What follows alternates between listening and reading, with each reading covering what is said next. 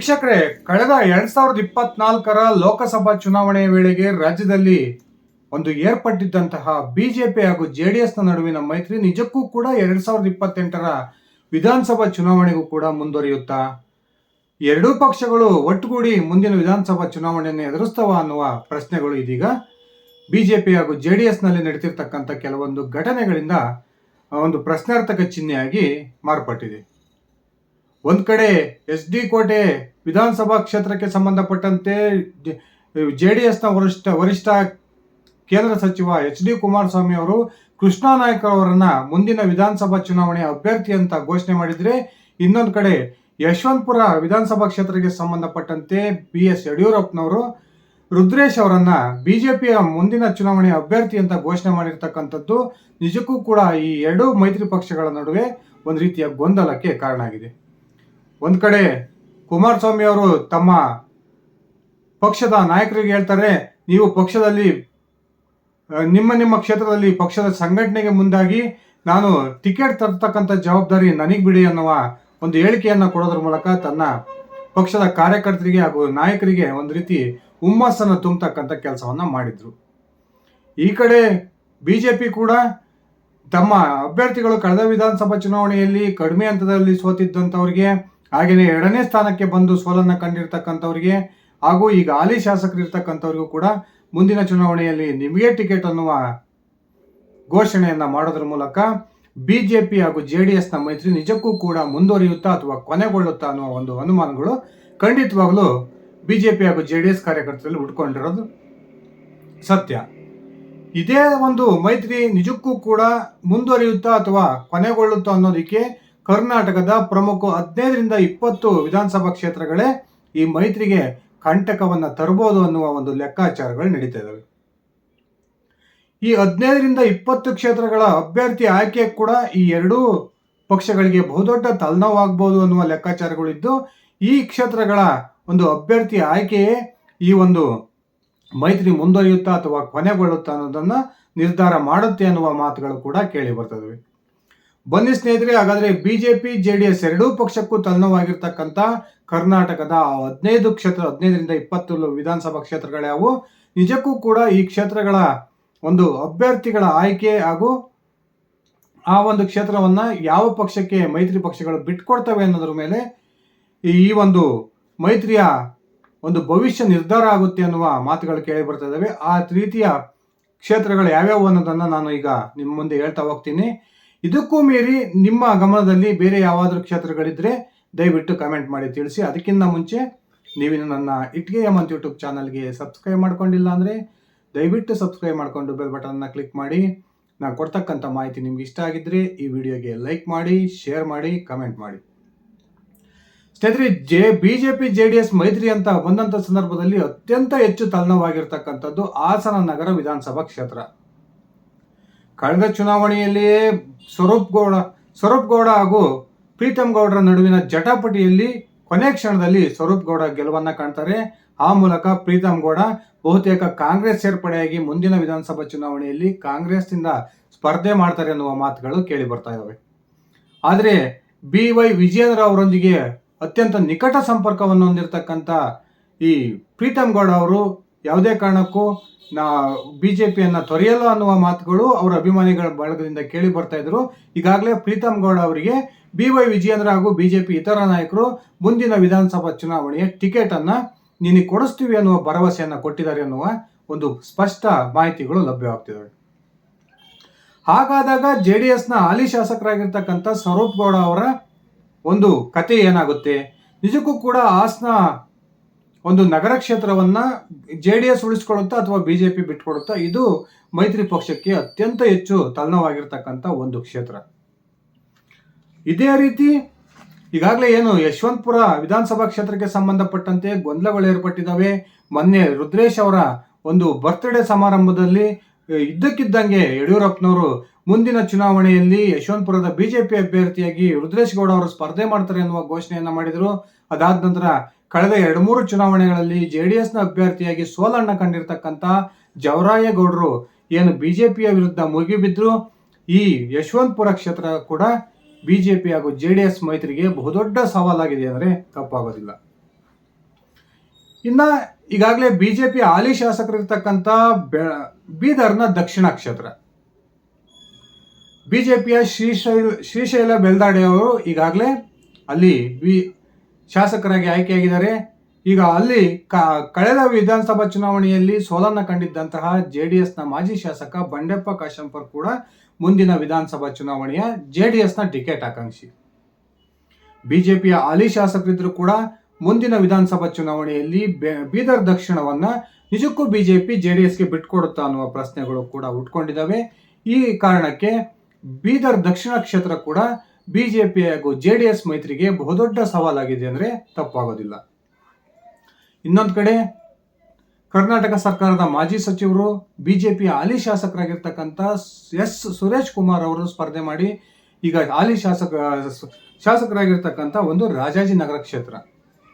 ಕಳೆದ ವಿಧಾನಸಭಾ ಚುನಾವಣೆಯಲ್ಲಿ ಡಾಕ್ಟರ್ ಅಂಜಿನಪ್ಪನವರು ಅಲ್ಲಿ JDSನಿಂದ ಸ್ಪರ್ಧೆ ಮಾಡಿರ್ತಾರೆ, ಸುರೇಶ್ ಕುಮಾರ್ ಅವರ ವಿರುದ್ಧ ಸೋಲನ್ನ ಕಂಡಿರ್ತಾರೆ. ಆದರೆ ಮುಂದಿನ ಚುನಾವಣೆಯಲ್ಲೂ ಕೂಡ ಡಾಕ್ಟರ್ ಅಂಜನಪ್ಪನವರು ಅಥವಾ ನಿಖಿಲ್ ಅವರ ಪುತ್ರ ನಿಖಿಲ್ ಅವರು JDSನ ಒಂದು ಟಿಕೆಟ್ ಆಕಾಂಕ್ಷಿಯಾಗಿದ್ದಾರೆ. ಇನ್ನೊಂದು ಕಡೆ ಬಿಜೆಪಿ ಹಾಲಿ ಶಾಸಕ ಸುರೇಶ್ ಕುಮಾರ್ ಕೂಡ ಈಗಾಗಲೇ ಅಲ್ಲಿ ಇದ್ದಾರೆ. ಈ ಕಾರಣಕ್ಕೆ ರಾಜಾಜಿನಗರ ವಿಧಾನಸಭಾ ಕ್ಷೇತ್ರವು ಕೂಡ ಬಿಜೆಪಿ ಹಾಗೂ JDS ಮೈತ್ರಿ ಪಕ್ಷಗಳಿಗೆ ಟಿಕೆಟ್ ಹಂಚಿಕೆ ವಿಚಾರದಲ್ಲಿ ಬಹುದೊಡ್ಡ ತಲ್ಲಣವನ್ನು ತಂದಿಡಬಹುದು ಅನ್ನುವ ಮಾತುಗಳು ಕೇಳಿ ಬರ್ತಾ ಇದ್ದಾವೆ. ಇನ್ನು ತುಮಕೂರು ಜಿಲ್ಲೆಯ 4 ಕ್ಷೇತ್ರಗಳು ಕೂಡ ಬಿಜೆಪಿ ಹಾಗೂ JDS ಮೈತ್ರಿಗೆ ಬಹುದೊಡ್ಡ ತಲ್ಲಣವಾಗಿದ್ದಾವೆ. ಒಂದ್ ಕಡೆ ತುರುವೇಕೆರೆಯಲ್ಲಿ ಈಗ ಹಾಲಿ JDSನ ಶಾಸಕ MT ಕೃಷ್ಣಪ್ಪನವರು ಇದ್ದಾರೆ. ಕಳೆದ ಬಾರಿ ಒಂದು ಸ್ಪರ್ಧೆ ಮಾಡಿ ಸೋಲನ್ನ ಕಂಡಿರ್ತಕ್ಕಂಥ ಬಿಜೆಪಿಯ ಮಾಜಿ ಶಾಸಕ ಮಸಾಲೆ ಜಯರಾಮ್ ಕೂಡ ಮುಂದಿನ ಚುನಾವಣೆಯಲ್ಲಿ ನಾನು ಸ್ಪರ್ಧೆ ಮಾಡಬೇಕು ಅನ್ನುವ ಇಂಗಿತವನ್ನು ಇಟ್ಕೊಂಡು ಈಗಾಗಲೇ ಪಕ್ಷ ಸಂಘಟನೆಯಲ್ಲಿ ತೊಡಕೊಂಡಿದ್ದಾರೆ. ಈ ಕಾರಣಕ್ಕೆ MT ಕೃಷ್ಣಪ್ಪನವರಿಗೆ ಟಿಕೆಟ್ ಕೊಡಬೇಕಾ ಅಥವಾ ಬಿಜೆಪಿಯ ಮಸಾಲಾ ಜಯರಾಮ್ ಅವರಿಗೆ ಟಿಕೆಟ್ ಅನ್ನ ಕೊಡಬೇಕಾ ಅನ್ನೋ ಗೊಂದಲ ಈಗಾಗಲೇ ಮೈತ್ರಿ ಪಕ್ಷಗಳಿಗೆ ಬಹುದೊಡ್ಡ ತಲ್ಲಣವನ್ನು ತಂದಿಟ್ಟಿದೆ. ಅದೇ ರೀತಿ ಬಿಜೆಪಿ ಅತ್ಯಂತ ಪ್ರಭಾವಿ ನಾಯಕ ಮಾಜಿ ಸಚಿವ JC ಮಾಧುಸ್ವಾಮಿ ಅವರು ಕಳೆದ ಬಾರಿ ಗೆದ್ದಿದ್ದಂತಹ ಚಿಕ್ಕನಾಯಕನಹಳ್ಳಿ ವಿಧಾನಸಭಾ ಕ್ಷೇತ್ರ ಕೂಡ ಬಿಜೆಪಿ JDS ಪಾಲಿಗೆ ಇನ್ನೊಂದು ತಲ್ಲಣವಿನ ಕ್ಷೇತ್ರ ಅಂದ್ರೆ ತಪ್ಪಾಗೋದಿಲ್ಲ. ವಿಧಾನಸಭೆಯ JDSನ ಶಾಸಕಾಂಗ ಪಕ್ಷದ ನಾಯಕನಾಗಿರ್ತಕ್ಕಂಥ CB ಸುರೇಶ್ ಬಾಬು ಅವರು ಈಗ ಚಿಕ್ಕನಾಯಕನಹಳ್ಳಿ ಕ್ಷೇತ್ರದ ಹಾಲಿ ಶಾಸಕರು. ನಿಜಕ್ಕೂ ಕೂಡ JDS ತನ್ನ ಶಾಸಕಾಂಗ ಪಕ್ಷದ ನಾಯಕನಿಗೆ ಟಿಕೆಟ್ ಅನ್ನು ತಪ್ಪಿಸುತ್ತಾ ಅಥವಾ ಬಿಜೆಪಿ JC ಮಾಧುಸ್ವಾಮಿ ಅವರನ್ನೇ ಸಮಾಧಾನ ಮಾಡುತ್ತಾ? ಈ ಪ್ರಶ್ನೆ ಈ ಚಿಕ್ಕನಾಯಕನಹಳ್ಳಿ ವಿಧಾನಸಭಾ ಕ್ಷೇತ್ರಕ್ಕೆ ಸಂಬಂಧಪಟ್ಟಂತೆ ಉಟ್ಕೊಂಡಿದೆ. ಈ ಕ್ಷೇತ್ರವು ಕೂಡ ಅತ್ಯಂತ ಕಠಿಣವಾದ ಕ್ಷೇತ್ರ ಇದೆ ಬಿಜೆಪಿ JDS ಪಾಲಿಗೆ. ಅದೇ ರೀತಿ ತುಮಕೂರಿನ ಇನ್ನೊಂದು ಕ್ಷೇತ್ರ ಕುಣಿಗಲ್ನಲ್ಲಿ ಸಹೋದರರ ಸವಾಲಿದೆ. ಅಲ್ಲಿ JDSನಿಂದ ಕೃಷ್ಣಕುಮಾರ್ ಹಾಗೂ ಅವರ ಸಹೋದರ ಬಿಜೆಪಿಯಿಂದ ಸ್ಪರ್ಧೆ ಮಾಡಬೇಕು ಅನ್ನೋ ಆಕಾಂಕ್ಷೆ ಇಟ್ಕೊಂಡಿದ್ದಾರೆ. ಆ ಕಾರಣಕ್ಕೆ ಈ ಇಬ್ಬರಲ್ಲಿ ಯಾವ ಪಕ್ಷಕ್ಕೆ ಆ ಒಂದು ಕ್ಷೇತ್ರ ಒಲಿಯುತ್ತೆ, ನಿಜಕ್ಕೂ ಕೂಡ ಬಿಜೆಪಿಗೆ ಅಲ್ಲಿ ಟಿಕೆಟ್ ಸಿಗುತ್ತಾ ಅಥವಾ JDSಗೆ ಟಿಕೆಟ್ ಸಿಗುತ್ತಾ ಅನ್ನೋ ಒಂದು ಗೊಂದಲ ತುಮಕೂರು ಜಿಲ್ಲೆಯ ಕುಣಗಲ್ಲಲ್ಲೂ ಕೂಡ ಇದೆ. ಅದೇ ರೀತಿ ಶಿರಾ ವಿಧಾನಸಭಾ ಕ್ಷೇತ್ರಕ್ಕೆ ಸಂಬಂಧಪಟ್ಟಂತೆ ಈಗಾಗಲೇ ಮಾಜಿ ಶಾಸಕ ಡಾಕ್ಟರ್ ರಾಜೇಶ್ ಅವರು ಬಿಜೆಪಿಯ ಟಿಕೆಟ್ ಆಕಾಂಕ್ಷಿಯಾಗಿದ್ದಾರೆ. ಅದೇ ರೀತಿ JDS ಇಂದ ಅಮ್ಮಾಜಮ್ಮನವರು ಕೂಡ ಟಿಕೆಟ್ ಆಕಾಂಕ್ಷಿಯಾಗಿದ್ದಾರೆ. ಈಗ ಹಾಲಿ TB ಜಯಚಂದ್ರ ಅಲ್ಲಿ ಕಾಂಗ್ರೆಸ್ನ TB ಜಯಚಂದ್ರ ಶಾಸಕರಾಗಿದ್ದಾರೆ. ಆದರೂ ಕೂಡ ಮುಂದಿನ ವಿಧಾನಸಭಾ ಚುನಾವಣೆಯಲ್ಲಿ ಈ ಕ್ಷೇತ್ರ ಯಾವ ಪಕ್ಷದ ಪಾಲಾಗುತ್ತೆ, JDSಗೆ ದೊರಕುತ್ತಾ ಅಥವಾ ಬಿಜೆಪಿ ದೊರಕುತ್ತಾ ಅನ್ನೋದು ಬಹುದೊಡ್ಡ ಒಂದು ಯಕ್ಷ ಪ್ರಶ್ನೆಯಾಗಿದೆ. ಈ ಶಿರಾ ವಿಧಾನಸಭಾ ಕ್ಷೇತ್ರ ಕೂಡ ಬಿಜೆಪಿ ಹಾಗೂ JDS ಮೈತ್ರಿಗೆ ಬಹುದೊಡ್ಡ ತಲ್ಲಣವಾಗಿ ಪರಿಣಮಿಸಿದೆ. ಇನ್ನ ಮಂಡ್ಯ ಜಿಲ್ಲೆಯ KR ಪೇಟೆ ವಿಧಾನಸಭಾ ಕ್ಷೇತ್ರಕ್ಕೆ ಸಂಬಂಧಪಟ್ಟಂತೆ ಮಾಜಿ ಸಚಿವ ನಾರಾಯಣಗೌಡ ಅವರು ಈಗಾಗಲೇ ಬಿಜೆಪಿ ಟಿಕೆಟ್ ಆಕಾಂಕ್ಷಿಯಾಗಿದ್ದಾರೆ.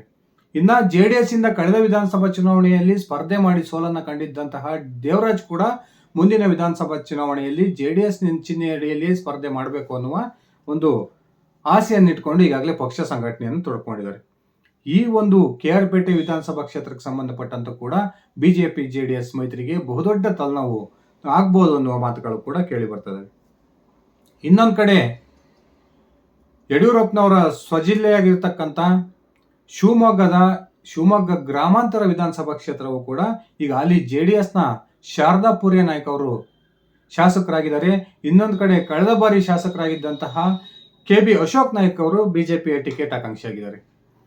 ಕಳೆದ ವಿಧಾನಸಭಾ ಚುನಾವಣೆಯಲ್ಲಿ ಶಾರದಾ ಪೂರ್ಯನಾಯ್ಕ ಅವರ ವಿರುದ್ಧ ಕೇವಲ ಕೂದಲೆಳೆಯ ಅಂತರದಲ್ಲಿ ಸೋಲನ್ನು ಕಂಡಿದ್ದಂತಹ ಅಶೋಕ್ ನಾಯ್ಕ್ ಅವರು ಈಗಾಗಲೇ ಅಲ್ಲಿ ಪಕ್ಷ ಸಂಘಟನೆಯಲ್ಲಿ ತೊಡಕೊಂಡಿದ್ದಾರೆ. ಈ ವಿಧಾನಸಭಾ ಕ್ಷೇತ್ರ ಕೂಡ ಈ ಮೈತ್ರಿ ಪಾಲಿಗೆ ಬಹುದೊಡ್ಡ ಒಂದು ಹಿಂಸೆಯನ್ನು ತಂದಿಡಬಹುದು ಅನ್ನುವ ಮಾತುಗಳು ಕೇಳಿ ಬರ್ತದೆ. ಇನ್ನೊಂದು ಕಡೆ ಬಿಜೆಪಿಯ ಮಾಜಿ ಸಚಿವ ಪ್ರಭಾವಿ ನಾಯಕರಾಗಿರ್ತಕ್ಕಂಥ ಶಿವನಗೌಡ ನಾಯಕರು ಪ್ರತಿನಿಧಿಸ್ತಾ ಇದ್ದಂತಹ ಈಗ ಹಾಲಿ ಜೆಡಿಎಸ್ನ ಶಾಸಕಿ ಕರೆಮ್ಮ ನಾಯ್ಕ ಅವರು ಇರತಕ್ಕಂಥ ದೇವದುರ್ಗವು ಕೂಡ ಬಿಜೆಪಿ ಜೆಡಿಎಸ್ ಪಾಲಿಗೆ ಬಹುದೊಡ್ಡ ಕಬ್ಬಿಣದ ಕಡಲೆಯಾಗಿ ಮಾರ್ಪಡುತ್ತೆ ಅನ್ನೋದರಲ್ಲಿ ಎರಡು ಮಾತಿಲ್ಲ. ಇಬ್ಬರೂ ಕೂಡ ಪ್ರಭಾವಿ ನಾಯಕರು. ಒಂದ್ ಕಡೆ ಗ್ರಾಮ ಪಂಚಾಯಿತಿ ಅಧ್ಯಕ್ಷ ಆಗಿದ್ದಂತಹ ಕರೆಮ್ಮ ನಾಯ್ಕರವರಿಗೆ ಈ ಬಾರಿನ ಅಲ್ಲಿ ಜನ ಮತಗಳನ್ನು ಕೊಡೋದ್ರ ಮೂಲಕ ಅವ್ರನ್ನ ಶಾಸಕರಾಗಿ ಆಯ್ಕೆ ಮಾಡಿದ್ದಾರೆ. ಕರೆಮ್ಮ ನಾಯ್ಕ ಅವರು ಉತ್ತಮ ಕೆಲಸವನ್ನು ಈಗಾಗಲೇ ಕ್ಷೇತ್ರದಲ್ಲಿ ಮಾಡ್ತಾ ಇದ್ದಾರೆ. ಇನ್ನೊಂದು ಕಡೆ ಶಿವನಗೌಡ ನಾಯಕ್ ಕೂಡ ಕ್ಷೇತ್ರದಲ್ಲಿ ಸಂಘಟನೆಯಲ್ಲಿ ತೊಡಕೊಂಡಿದ್ದಾರೆ. ಈ ಕಾರಣಕ್ಕೆ ಈ ಕ್ಷೇತ್ರ ಯಾರಿಗೆ ಒಲಿಯುತ್ತೆ ಅನ್ನೋದು ಬಹುದೊಡ್ಡ ಪ್ರಶ್ನಾರ್ಥಕ ಚಿಹ್ನೆಯಾಗಿ ಮಾರ್ಪಟ್ಟಿದೆ.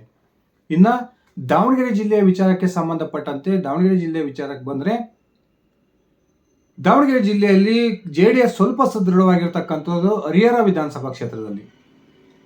ಮಾಜಿ ಸಚಿವ ಎಚ್ ಎಸ್ ಶಿವಪ್ಪನವರ ಪುತ್ರ ಎಚ್ ಎಸ್ ಶಿವಶಂಕರ್ ಅವರು ಅಲ್ಲಿ ಜೆಡಿಎಸ್ನ ಟಿಕೆಟ್ ಆಕಾಂಕ್ಷಿ. ಇನ್ನೊಂದು ಕಡೆ ಬಿಜೆಪಿಯ ಹಾಲಿ ಶಾಸಕ ಬಿ ಪಿ ಹರೀಶ್ ಕೂಡ ಮುಂದಿನ ಚುನಾವಣೆಯಲ್ಲಿ ಬಿಜೆಪಿ ಚಿಹ್ನೆಯಡಿಯಲ್ಲಿಯೇ ಸ್ಪರ್ಧೆ ಮಾಡಬೇಕು ಅನ್ನುವ ಒಂದು ಆಸೆಯನ್ನು ಇಟ್ಕೊಂಡಿದ್ದಾರೆ.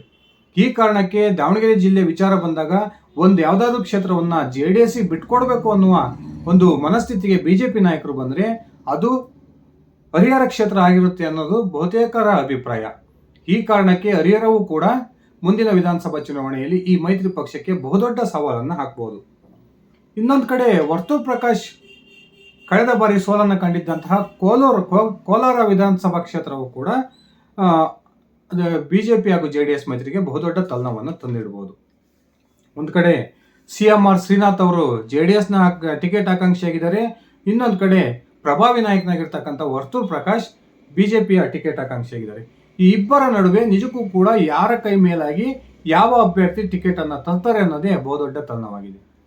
ಸ್ನೇಹಿತರೆ, ಈ ರೀತಿ 12ರಿಂದ 15 ವಿಧಾನಸಭಾ ಕ್ಷೇತ್ರಗಳು ಬಿಜೆಪಿ ಹಾಗೂ ಜೆಡಿಎಸ್ನ ಪಾಲಿಗೆ ಒಂದು ರೀತಿ ಕಬ್ಬಿಣದ ಕಡಲೆಯಾಗಿದ್ದು, ಈ 15 ಕ್ಷೇತ್ರಗಳೇ ಬಿಜೆಪಿ ಹಾಗೂ ಜೆಡಿಎಸ್ ಮೈತ್ರಿ ಮುಂದುವರಿಯುತ್ತಾ ಅಥವಾ ಎರಡೂ ಪಕ್ಷಗಳು ಬೇರೆ ಬೇರೆಯಾಗಿ ಮುಂದಿನ ವಿಧಾನಸಭಾ ಚುನಾವಣೆಯನ್ನು ಸ್ಪರ್ಧೆ ಮಾಡ್ತಾವ ಅನ್ನುವ ಒಂದು ನಿರ್ಧಾರವನ್ನ ಮಾಡ್ತವೆ ಅನ್ನುವ ಮಾತುಗಳು ಕೇಳಿ ಬರ್ತವೆ.